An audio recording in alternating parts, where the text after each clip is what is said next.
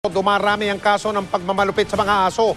Yung isa inabandona na lang dahil butot balat na. Yung isa naman itinali, binusalan at inilagay pa sa sako. Nakatutok si Claire Delphine.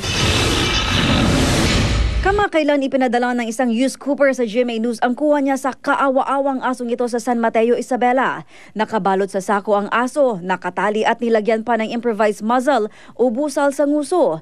Buhay naman daw ang aso pero tila nanghihina. Agad daw humarurot ang motorsiklo nang mapansing kinukunan siya ng litrato.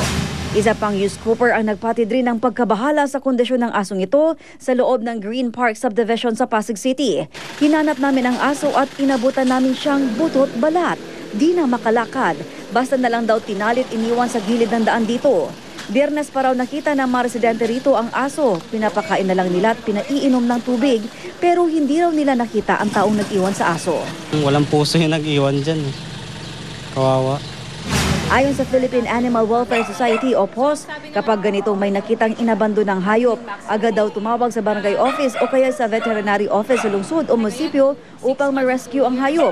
Sa ating batas, Criminal Act na maituturing ang pag-abandona ng hayop. Maaring makulong ng 6 na buwan at magmulta ng hanggang 5,000 piso ang mapatunay nagkasala nito. A pet is a lifetime commitment. Hindi pwedeng lilipat na kami, iwan namin yung hayop o kaya may sakit na, matanda na, ayaw na namin, pawawalan na. Ito ay form of neglect. Dito sa POS, may higit 40 calls ang natatanggap nila araw-araw tungkol sa mga asong kundi man inabandona ay biktima ng cruelty. Kaya ngayon, nakahain na sa Kongreso ang panukalang batas na layong magtataas sa parusa sa animal cruelty. Nangako naman ang POS na magbibigay ng tulong medikal sa aso. Pero hindi na raw nila ito makukupkup dahil mahigit 50 na ang kasalukuyan nilang inaalaga ang aso.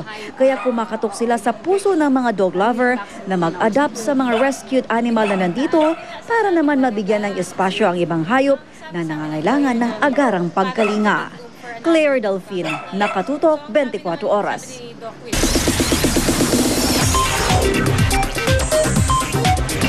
Chika Minute! Bukas na ang birthday celebration ng nanay ni pabansang kamao Manny Pacquiao na si Mami Junisha. Kaya naman si Mami D, todo na ang pagpapa-beauty. Yan ang chika ni Kata Tibayan.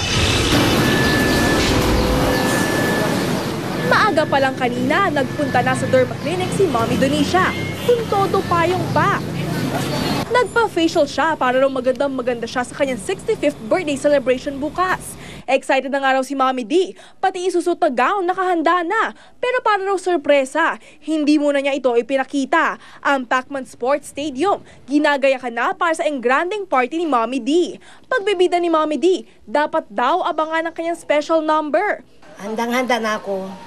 May intermission ako talaga. Ipakita sa mga bisita ko.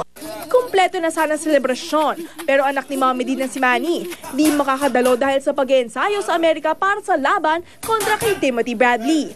Absent man sa party, nagpauna na ng birthday gift si Pacman para kay Mami D, isang luxury van. Katatibayan, Nakatutok, 24 Oras. Abangan! Baby Panda! Pang Giant Panda ang lakas ng bahing! At American Idol Top 3 finalist Jessica Sanchez pinagkaguluhan sa kanyang homecoming sa San Diego, California.